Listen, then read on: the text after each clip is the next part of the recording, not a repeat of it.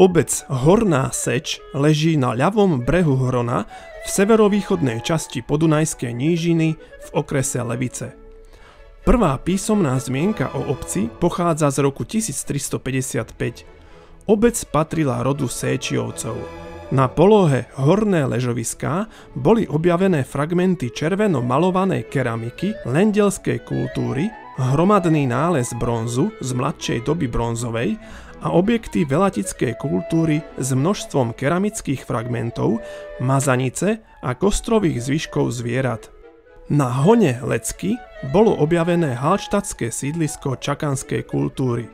V roku 1554 v urbári hradného pánstva Levice sa v obci spomína 19 usadlostí, z toho 7 želiarských a mlyn s 2 mlynskými kolesami mlynára Petra Akóča. Blízkosť hradu Levice znamenala stále nebezpečenstvo, pretože sa ho usilovali získať Turci, ktorí aj sem podnikali nájazdy a rabovačky. V roku 1663 Turci dobili hrad Levice a tak obec Malá Seč získala skutočne nebezpečného suseda. V súpise tureckých vyberačov daní z roku 1664 je obec zapísaná ako Kiš Siče, ostrihomský týmarský statok, kde bolo spísaných 37 džizie platiacich osôb a 29 domácností po 50 akčí. Akčia bol drobný strieborný peniaz, základná menová jednotka Osmanskej ríše, pôvodne obsahoval 1,154 gramu striebra, no v čase uvedeného súpisu už len 0,2005 gramu. Uvedené osoby platili desiatok z pšenice, zmiešaného obilia, úľov, šošovice a hrachu, daň za hájovné a právo pasenia, drevo, seno, nevesty a sudy, príležitostné dávky, pozemkovú daň a daň z ošípaných. Spolu to činilo 7795 akčí. Dane vo výške 4000 akčí sa odvádzali Timáru, respektíve benefíciu Mustafu ben Receba, teda obec bola z časti jeho majetkom, patrila do ejáletu, čiže provincie Nové Zámky, vtedajšieho Ujvaru, Náhie, čiže župy Bars, terajšieho Tekova a Sandžaku Ujvar. V roku 1664 hrad Levice cisárske vojská dobili späť a Turkov odtiaľ vyhnali, tí sa ale so stratou pevnosti nezmierili. Ešte toho roku ho dobíjali, ale bezvýsledne.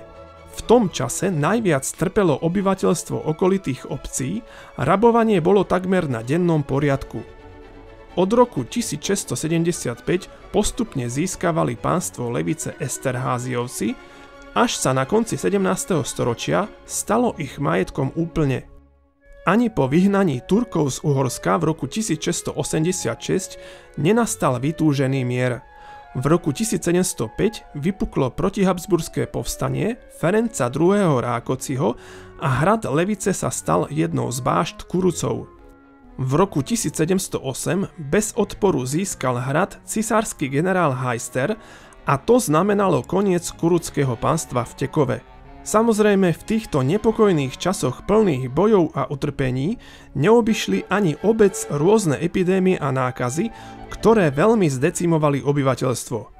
Až po potlačení Rákociho povstania nastal vytúžený mier a obec sa mohla rozvíjať. Tieňom tejto doby bolo prenasledovanie Kalvínov, čo pocítili aj obyvatelia Malej Seče, keď v roku 1733 bol odtiaľ vyhnaný ich farár, keďže Esterházyovci boli oddanými katolíkmi. Až tolerančný patent cisára Jozefa II. Z roku 1781 zaručil slobodu náboženského vyznania aj tunajším Kalvínom a tí tu zanedlho založili farnosť. Obec žila svojim pokojným životom v tieni významného mesta Levice. V roku 1828 tu bolo 15 domov a 95 obyvateľov, teda stále išlo o malú obec. Jej obyvatelia sa zaoberali poľnohospodárstvom, zhotovovaním výrobkov z prútia a známe bolo aj tunajšie hrnčiarstvo. Myšlienky maďarskej revolúcie na prelome rokov 1848 a 1849 oslovili aj obyvateľov Malej Seče. Do radov honvédskej armády narukovali traja občania a boli zaradení do 17. práporu spolu s honvédmi zo župy Liptov, Zvolen a Orava. V Leviciach bol hlavný stan vládneho komisára pre banské mestá Lajoša Benického.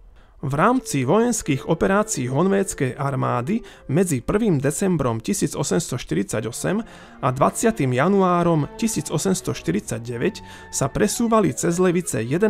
januára divízie pod vedením divízneho veliteľa Jánoša Pillera do Zvolena a pod vedením divízneho veliteľa Ďorďa Kmeťa do Banskej Štiavnice. Okolie obce bolo 18. apríla 1849 jedným zo zázemí bitky pri obci Tekovské Lužany medzi maďarskými honvédmi a rakúskou armádou. Podľa miestnej tradície na juh od obce v Slivkovom sade táborili ruskí vojaci, od ktorých sa miestni obyvatelia naučili variť pálenku. Bolo to zrejme v júni alebo v júli roku 1849. Rakúšania viackrát vpochodovali do obce, ale obyvatelia Malej Seče dobre poznali aj honvédov, ktorých tu vždy vítali, veď stáli na ich strane. Po zložení zbraní pri Világoši 13. augusta 1849 rakúski vojaci načas obsadili obec. Až po rakúsko-uhorskom vyrovnaní v roku 1867 sa pomery upokojili. V tom roku sa udiala významná zmena, Esterházyovci predali levické pánstvo Šándorovi a Pálovi Šelerovcom. Na prelome 19. a 20. storočia sa tu pestovala vynikajúca kapusta, ktorú nakupovala aj Budapešť. Prvá svetová vojna si vyžiadala z radov tunajších obyvateľov krutú daň, životy 23 občanov. Po roku 1918 sa Malá Seč stala na základe Parížskej dohody súčasťou novovzniknutej prvej Československej republiky, ale život tunajšieho obyvateľstva sa zásadne nezmenil. Dreli od svitu do mrku, aby uživili rodinu. Okolo roku 1930 sa obec stala členom spotrebného družstva Hanza so sídlom v Galante. Občianske vybavenie v obci takmer nebolo, za všetkým stále bolo treba chodiť do blízkych Levíc. Po viedenskej arbitráži 2. novembra 1938 bola Horná Seč pripojená k Maďarsku. Obec patrí do združenia vidieckého turizmu Hron, združenie obcí. Najhodnotnejšou pamiatkou obce je kalvínsky kostol, pôvodne neskoro baroková tolerančná stavba bez veže z roku 1789, ktorá v roku 1891 bola obstavaná múrmi nového kostola s vežou a po jeho dokončení bola stará stavba rozobraná. Ďalšou pamiatkou je pamätník 23 obetiam Prvej svetovej vojny, postavený okolo roku 1940, umiestnený v školskej záhrade a po roku 1945 doplnený menami 4 obetí druhej svetovej vojny. Zaujímavosťami obce sú aj ústredný kríž a miléniová vstupná brána cintorína. Za obcou sa nachádza jazero Štrkovisko, slúžiace ľuďom z blízkeho okolia predovšetkým na relax a hlavne v letnom období.